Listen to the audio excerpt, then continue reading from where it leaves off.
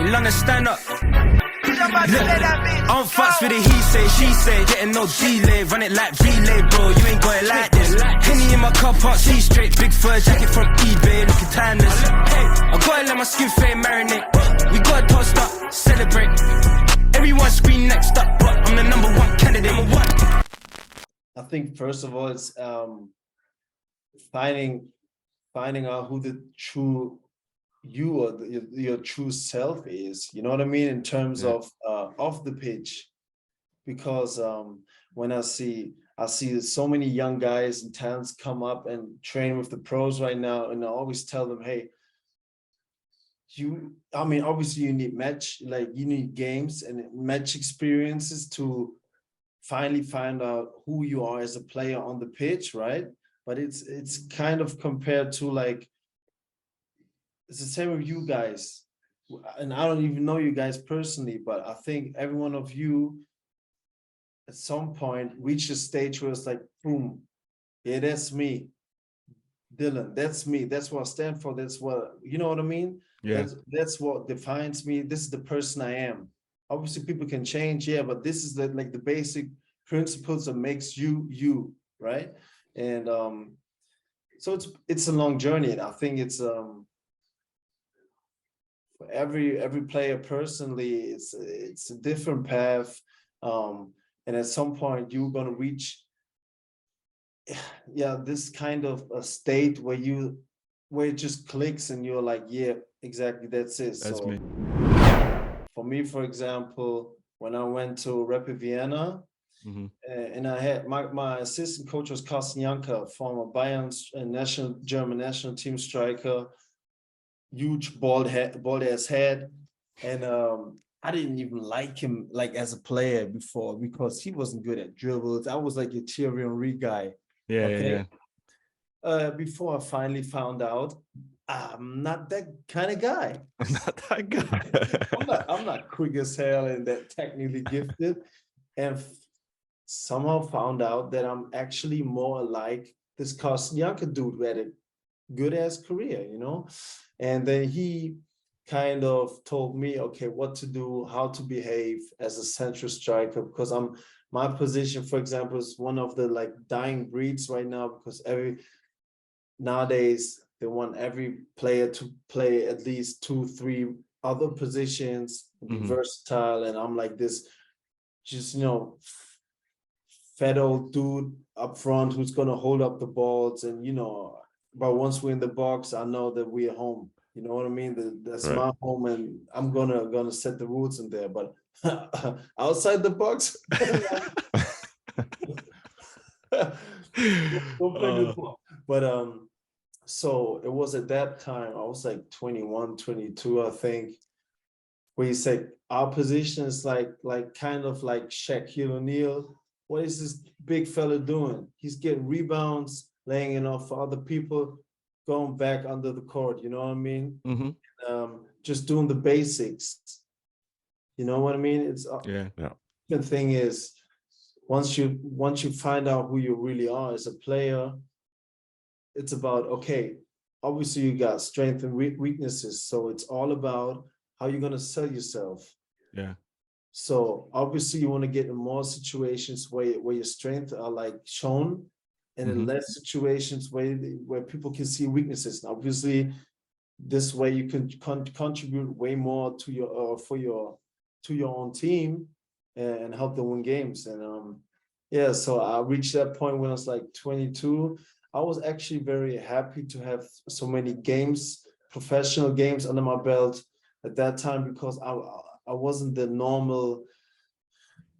It wasn't the normal road of a talent. I came to the academy when I was like 18. Never had the proper education. That's why my first touch is still shitty as hell.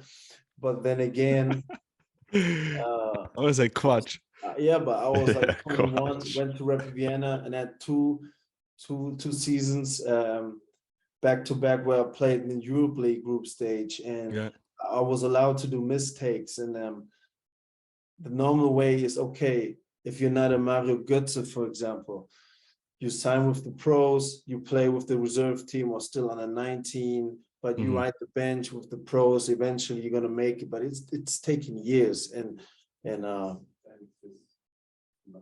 yeah. So those Rapid Vienna days helped me a lot in terms of finding out who you really are. And yeah, it's been a crazy ride since then. And since then, you are currently in some of the best shape of your life, and I think you're 31, but still getting maybe into a prime and past what people would consider, okay, you get to 30. After 30, athletes tend to peak and on the way down, but Ronaldo, LeBron, these guys are showing that that's not the case anymore. How are you feeling currently, and how's the season going? Yeah, spectacular. Yeah. The season, not me. Oh. Yeah, I mean, it sounds kind of arrogant, but like I feel like I'm playing the best ball I've ever played in my whole career. Because what I've lacked the years before is the experience you got now, and the confidence in yourself. And this is actually the most important part as a athlete in whatever sport you are, because if you don't have self-confidence, well, there's only so many games the coach is gonna be confident in you, and after that, that's it, my friend. Yeah, You're out, because that's the way this business is going, right? And it's unforgivable. The business side of football is it just mentally drains you, because you always have to perform, and if not, after 1-2 games, you're gonna be scared that you're might lose your starting job, or you know what I mean? It's crazy. But like the confidence is a big factor, and I got it right now. Yeah, we are performing so well. We just got promoted from third to the second league. Obviously, Kaiserslautern used to be one of the giant clubs in Germany, but like, went to a slump for like 10 years, and to be one of those like local heroes that got them promoted again, it's just a blessing. And the fans are extraordinary. We have like home games where like 50,000 are coming, away nuts. Games where like 5 to 10,000 are showing up, which is unbelievable. And so far, as of right now, we have 4th in the table. We don't know how we got there. But, but we just all like overperforming, and we just think, because many players have a similar kind of path like me, and before we want to like show the fans and the club that we can ball out in the second league, we want to prove it to ourselves. Because before that, I was a Darmstadt in the second league. I didn't play well. I wasn't confident enough. And somehow you guys play too, so you know it. The surroundings have to be right. It's kind of weird. It's like it's like feng shui, you know. It's so weird, because like, if you know, like you're at Norderstedt, you have Lübeck right now. If you perform, that's probably because the coach is doing a good job, the teammates are good, or everything just kind of like gels together. You know what I mean? Yeah. It's kind of weird, and I don't know how to describe it. And so yeah, it should be given, or don't take it for granted that it's currently running, because like you on game days, you are just a product of everything that happens behind the scenes, like for weeks and months. You know what I mean? So so we just happy right now, live in the moment, and just cherish everything, and just, you know, we just have one motto, and this is like to be able to look into the mirror after games. If we know we just, you know, win 100%, obviously you can lose games. There are better teams than us, easy, but if we give like 100%, we know we can win or draw against any team in the league, and we've shown that. And but at the end of the day, it's a game. So you know what happens. But like you said, you got the confidence now, 10 goals. I mean, you're like right in the golden boot race with a few guys there. I think you're up at second.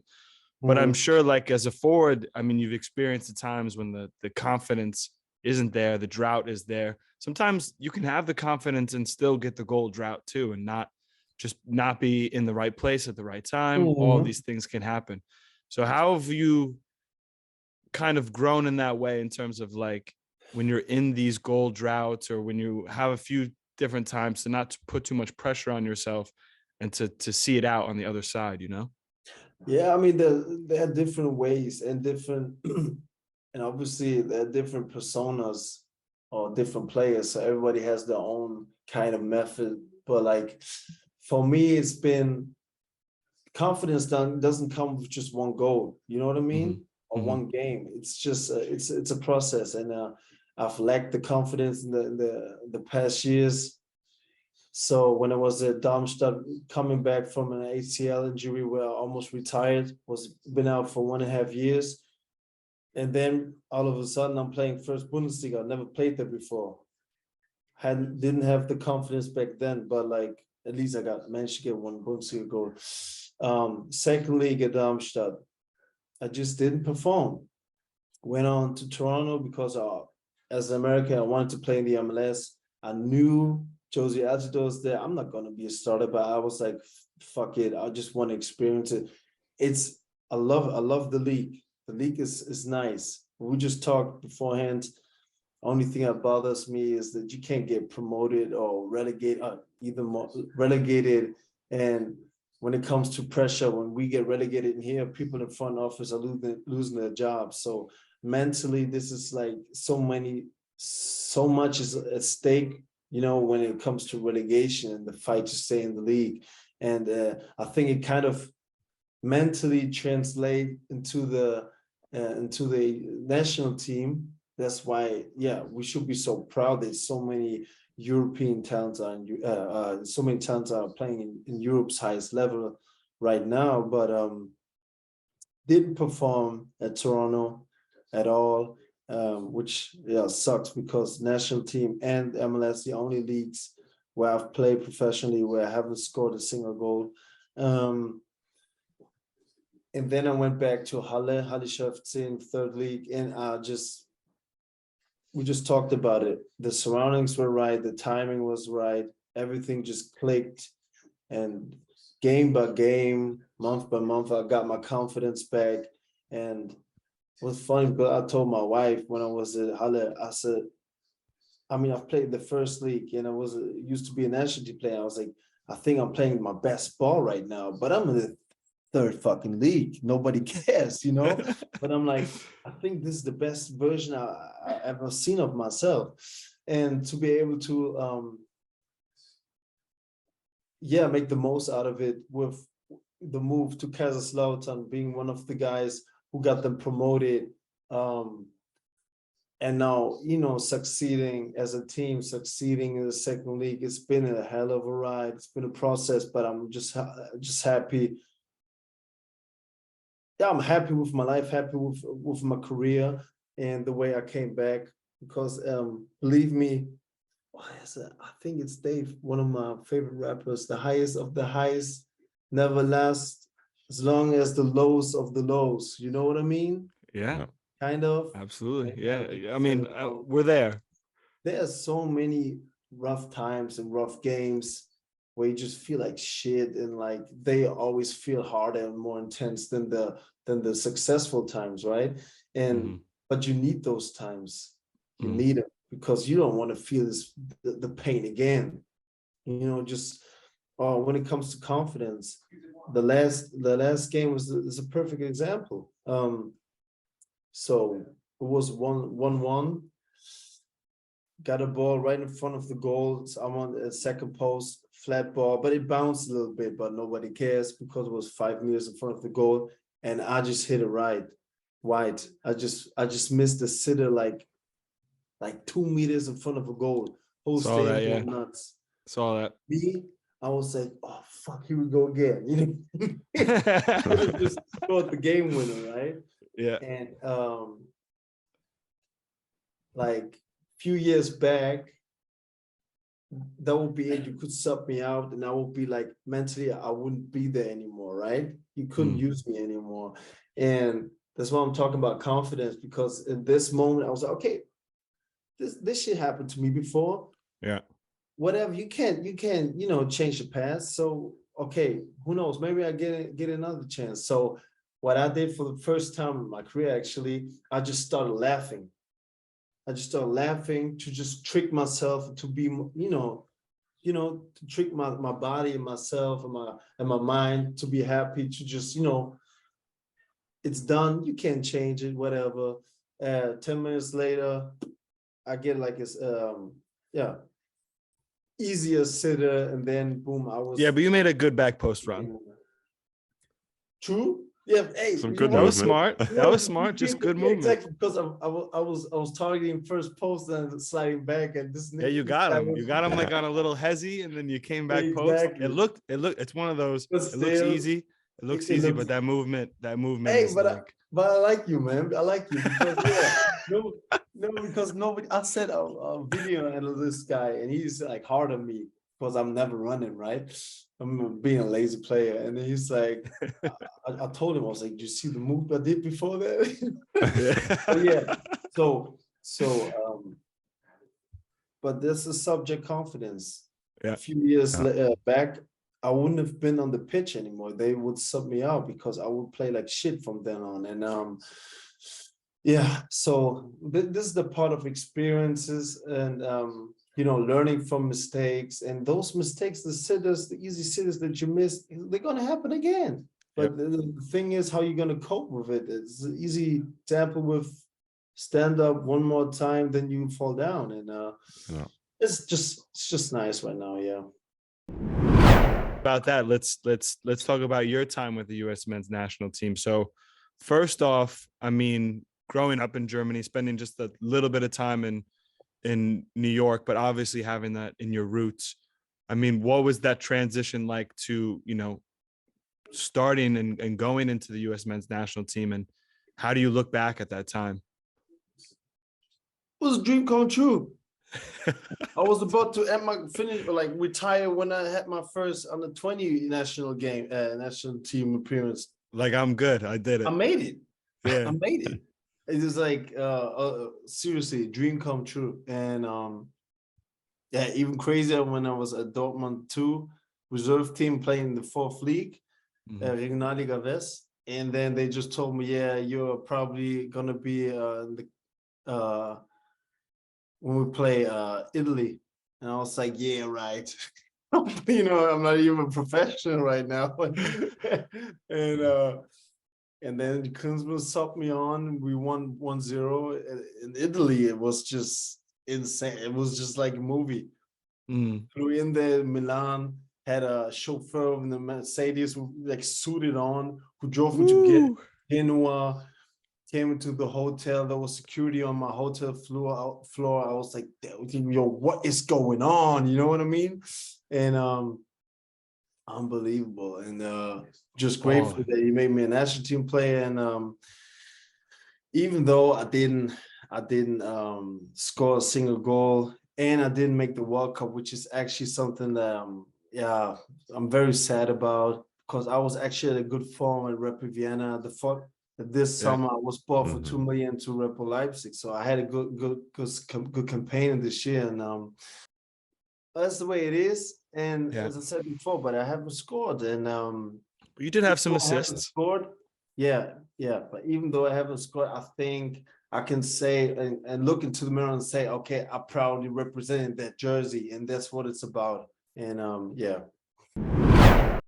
And as a youth player, you gained a lot of attention on these teams. And we've seen, and I know players personally that were kind of in a similar situation, but they wind up letting that buzz get to their head, and then they don't actually wind up make much of a career. How were you able to stay focused? And, what advice would you give to a young player experiencing something like that? It's easy. First of all,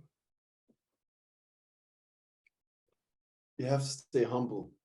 But not just act like you're humble. You have to stay humble. You know what I mean? Know where you come from. Most of the players aren't like rich kids. You know what I mean? So, and they easily forget where they come from. And my story, I was never in the Bundesliga youth academy until I was like 17, 18 when I got discovered and went to Hertha Berlin. And I was riding the bench for 2 years. I was a starter in the last year, and what separated me from all those other players. And but at that time when I went there, I think I was the only guy who wasn't a youth national team player.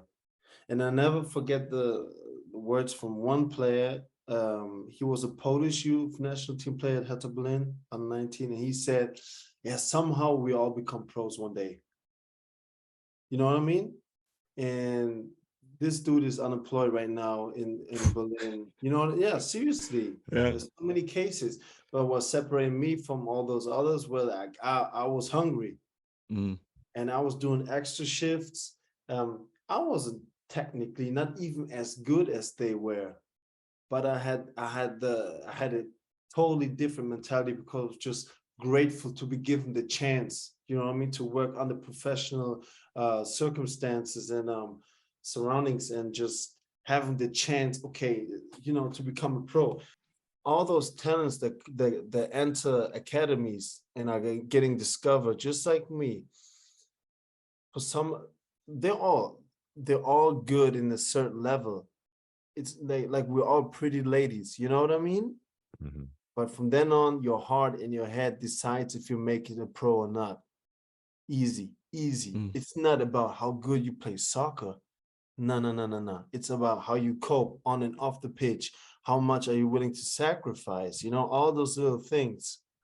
So the game of becoming a pro is decided in your head. Easy.